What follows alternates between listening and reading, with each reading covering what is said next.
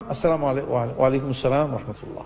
শবে মেরাজ ও শবে বরাত উপলক্ষে আমাদের সমাজে প্রচলিত ইবাদত এই সারা রাত নামাজ পড়া, হালুয়া রুটি বিতরণ করা শরিয়া। আপনারা হালুয়া রুটি বন্ধ করে দিতে চান? দেন, শরীয়ত মর্যাদা কতটুকু? শবে মেরাজের রাতের কোনো খাস ইবাদত হাদিসের মধ্যে আসে নাই। এর জন্য কোনো রোজা রাখতে হবে তাও কোনো হাদিসের মধ্যে নাই। অতএব এটা এইগুলি এমনি ইবাদত তো আছেই।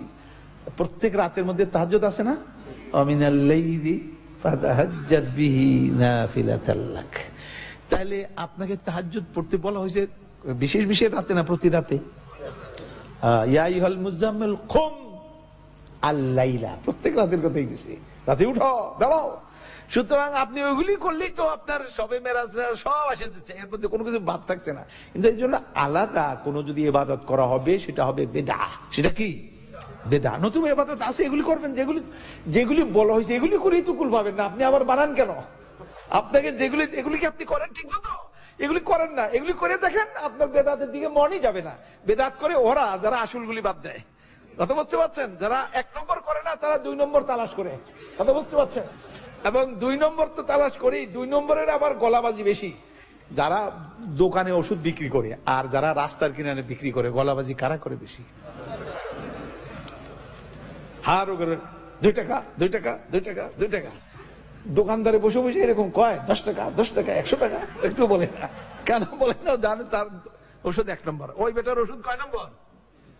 চোরের মার বড় গলা, এই বেদাতের বড় গলা, এগুলি বেশি অনুষ্ঠান করবে, করবে লোকদেরকে না। এমনি ভাবে পরবর্তী প্রশ্ন হলো শবে বরাত। শবে বরাত বলতে কোনো এরকম বরাত নাই। বরাত, শবে বরাত শরীয়তে কোনো পরিভাষাই নেই। এটা আমাদের মকসুদুল মুমিনিন একটা বই আছে, আমাদের দেশের কিতাব। এইটা একটা, আরেকটা কিতাব আছে নিয়ামুল কোরআন। এই টাইপের কিছু কিতাব আছে, এদের নিজস্ব পরিভাষা। আর এরা পরিভাষাগুলি পাইছে প্রচলিত মৌলবীরা ওয়াজ টোয়াজ করছে, এগুলি শুনে দুনিয়া এগুলি লিখে টেকে দিছে। আর আমাদের দেশের লোকেরা এগুলি পবিত্র কিতাব মনে করে, প্রত্যেকটা ঘরে থাকতেই হবে এই কিতাব।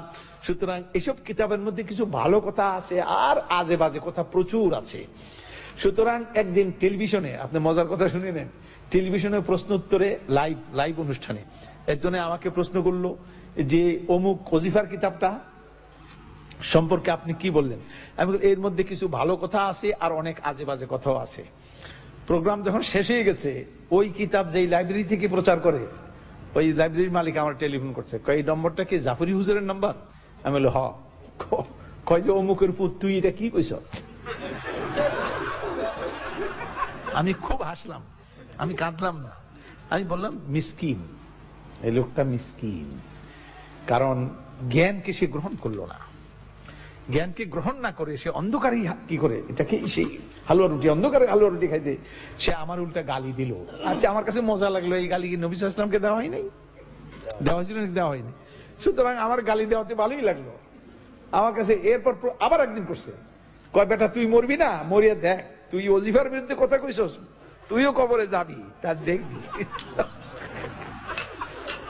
ইন্না লিল্লাহি, এর মধ্যে দুরুদে লাকি, এরপরে দুরুদে হাজারি, এরপরে দুরুদে তাজ, এগুলি কোত্থেকে আনছে? ইন্না লিল্লাহি ওয়া ইন্না ইলাইহি রাজিউন। এই সমস্ত তারা। আর দোয়ায়ে গঞ্জুল আরশ, তারপরে দোয়ায়ে কুমকুম ইয়া হাবিবি,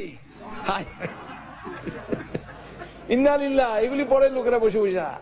এগুলি যদি আমরা আলোচনা করি, একদিন আমি কইছিলাম যে এটাকে বইটা আনছি পরে আইনা, আমি কইলাম যে এটাকে পোস্টমার্টম করব, পোস্টমার্টম। তো এটা করার আগেই আবার কে জানি বইটা নিয়ে গেছে, আল্লাহ জানে কি চুরি করে নিয়ে গেছে, পড়তে নিল কিনা, তাহলে আরেক মুশকিল হয়ে গেল। তা আমি আবার আনবো ইনশাল্লাহ, এটা নিয়ে কথা বলবো। এই